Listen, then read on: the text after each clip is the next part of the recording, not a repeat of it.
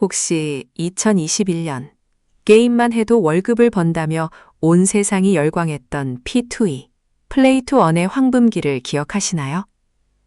하지만 그 화려했던 제국은 불과 1, 2년 만에 산산조각이 났습니다. 오늘 영상에서는 2021년의 영광부터 처참한 붕괴까지 암호화폐 게임 시장이 철저하게 실패한 이유를 파헤쳐 봅니다. 이 영상 하나만 끝까지 보셔도 차세대 웹3 게임 투자의 옥석을 가리는 완벽한 보는 눈을 가지게 되실 겁니다. 먼저 과거로 돌아가 볼까요? 2021년 암호화폐 강세장과 함께 게임을 즐기면서 돈도 번다는 P2E 모델은 글로벌 메가 트렌드로 자리 잡았습니다. 대표적으로 귀여운 몬스터를 키우는 엑시 인피니티와 걷기만 해도 돈을 준다는 스테픈이 있었죠. 당시 필리핀 같은 동남아시아에서는 사람들이 직장을 그만두고 게임에 매달려 집을 사고 생계를 유지하는 현상까지 벌어졌습니다. 수백만 명의 유저들이 이 노동을 대체하는 게임이라는 달콤한 환상에 빠져 시장으로 몰려들었죠. 붕괴. 하지만 환상은 오래가지 못했습니다. 불과 1, 2년 만에 엑시 인피니티의 보상 코인인 SLP 토큰은 무려 99%나 폭락해버렸습니다. 2024년 연구 결과 조사 대상 웹3 게임들의 코인 가격은 사상 최고가 대비 평균 약 95% 이상 감소하는 참사를 겪었죠. 코인 가격이 떨어져 수익을 잃은 유저들은 미련 없이 생태계를 떠났습니다. 93%의 게임이 단기 실패를 면치 못하는 이 거대한 붕괴는 단순히 비트코인 하락장 때문만이 아니었습니다. 시스템 내부에 치명적인 결함들이 숨어 있었기 때문이죠. 도대체 무엇이 문제였을까요? P2E 시스템 내부에 또아리를 틀고 있던 5가지 구조적 모순이 있었습니다. 첫째, 토크노믹스의 실패. 둘째, 게임의 본질인 재미의 실종. 셋째, 극악의 UX 진입 장벽. 넷째, 치명적인 보안 붕괴. 마지막 5째로 각국 정부의 강력한 규제입니다. 이 5가지 독버섯 같은 문제들이 어떻게 거대한 제국을 무너뜨렸는지 지금부터 하나씩 아주 쉽게 일상적인 비유를 들어 파헤쳐 보겠습니다. 집중해 주세요. 첫 번째이자 가장 뼈아픈 원인은 바로 폰지 구조에 가까운 경제 모델입니다. 기존 유저들이 게임을 해서 버는 엄청난 수익은 도대체 어디서 나왔을까요? 바로 게임을 새로 시작하기 위해 비싼 NFT를 사야 했던 신규 진입자들의 지갑에서 나왔습니다. 고속도로에 비유하자면 이미 쌩쌩 달리고 있는 차들의 기름값을 톨게이트에 새로 들어오는 차들의 통행료로 내주는 셈입니다. 신규 유입이 멈추는 순간 기존 유저에게 줄 돈이 없어지는 전형적인 밑빠진 독 구조였던 겁니다. 신규 유저 유입이 끊기자 끔찍한 연쇄작용이 시작됩니다. 유저들이 게임 보상으로 무한대로 찍어내는 코인은 넘쳐나는데 이를 사줄 사람은 없으니 가격은 당연히 폭락하게 됩니다. 코인 가격이 떨어지니 수익에 실망한 유저들이 공포에 질려 코인을 시장에 다 던져버리고 매닉세, 결국 게임을 대규모로 이탈해버립니다. 유저가 떠나니 토큰 수요는 더 줄고 코인 가격은 또 폭락하는 악순환. 이것이 바로 전문가들이 말하는 피할 수 없는 죽음의 소용돌이입니다. 두 번째 문제는 본질의 상실입니다. 게임은 원래 재밌으려고 하는 건데 P2E 게임들은 재미가 처참했습니다. 오직 수익만을 좇는 채굴꾼, 머시너리 플레이어들만 남아 디지털 막노동을 했을 뿐이죠.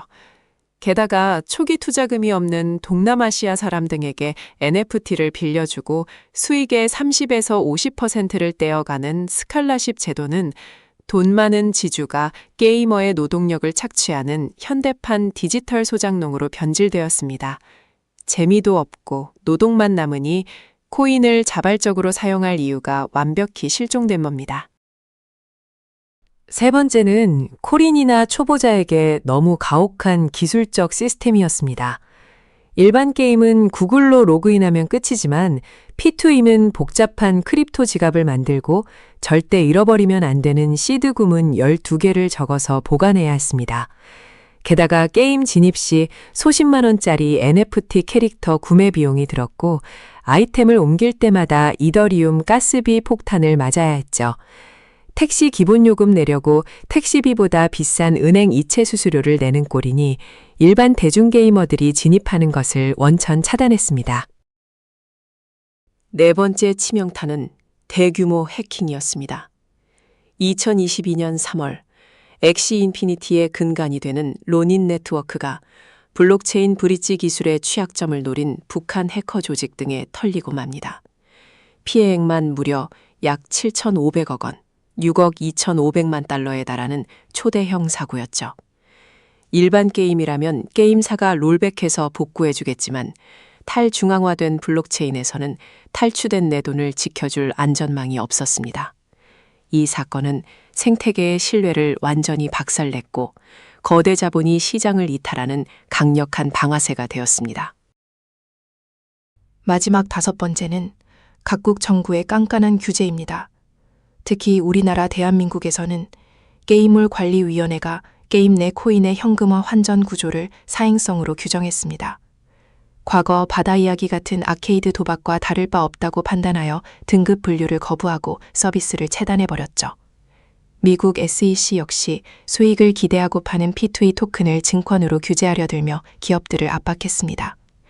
글로벌 게임 시장에서 서비스가 밴당하니 확장에도 큰 브레이크가 걸렸습니다. 자, 그렇다면 크립토 게임은 완전히 끝난 사기극일까요? 아닙니다. 진짜 똑똑한 업계와 벤처 캐피탈들은 이 뼈아픈 실패를 거대한 교훈으로 삼아 다음 레벨로 진화하고 있습니다. 바로 P2E에서 PNE, 플레이 앤드 언으로의 패러다임 전환입니다. 기존의 대형 AAA급 게임사들이 직접 시장에 뛰어들면서 과거처럼 수익을 목적으로 억지로 하는 게임이 아니라 압도적인 재미의 방점을 찍은 2세대 웹3 게임 생태계를 새롭게 구축하고 있습니다. 화면을 비교해 보실까요? 1세대 구형 P2E와 4세대 PNE는 구조적으로 완전히 다릅니다. 구형은 핵심 동기가 수익 창출이었고 무한 발행으로 폰지형 인플레이션을 겪었으며 복잡한 지갑이 필수라 단기 붕괴했습니다. 반면 차세대는 게임의 재미를 핵심 동기로 삼고 무한 발행을 멈춘 뒤 내부에서 가치를 자발적으로 소각하는 경제를 만듭니다. 또한 지갑 관리의 복잡성을 숨기는 계정 추상화를 도입하여 지속 가능한 생태계로 탈바꿈하고 있죠. 차세대 생태계가 붕괴하지 않기 위한 가장 핵심적인 비밀 무기가 바로 토큰 소각장입니다. 경제학의 기본 원리처럼 코인이 소스, 발행으로 흘러들어왔으면 싱크, 소비처로 빠져나가는 곳이 있어야 수위가 유지됩니다. 넥스트 패러다임의 게임들은 유저들이 게임 내 무기 업그레이드, 멋진 스킨 구매, 경매장 세금 등으로 코인을 기꺼이 소비하도록 강력한 소각 메커니즘을 설계합니다. 코인이 시스템 안에서 계속 불타 없어지니 가치가 방어되고 건강한 경제가 굴러가는 것이죠. 우리 코린이 여러분, 이제 다가오는 불장에서 어떤 코인에 투자해야 할지 옥석을 가려야겠죠? 멘토답게 양면적 리스크와 기회를 짚어드립니다.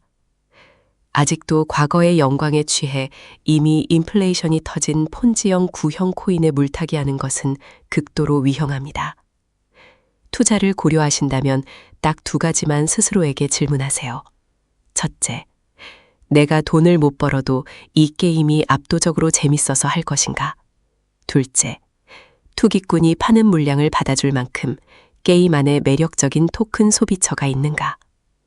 투자의 책임은 본인에게 있지만 이 조건들을 충족하는 탄탄한 프로젝트만이 다음 승자가 될 것입니다. 오늘 15장의 슬라이드를 통해 크립토 게임 시장의 영광, 몰락, 그리고 미래 청산진까지 쭉 살펴보았습니다. 오늘의 핵심 한 줄평. 돈만 줬던 P2E는 완벽히 죽었다.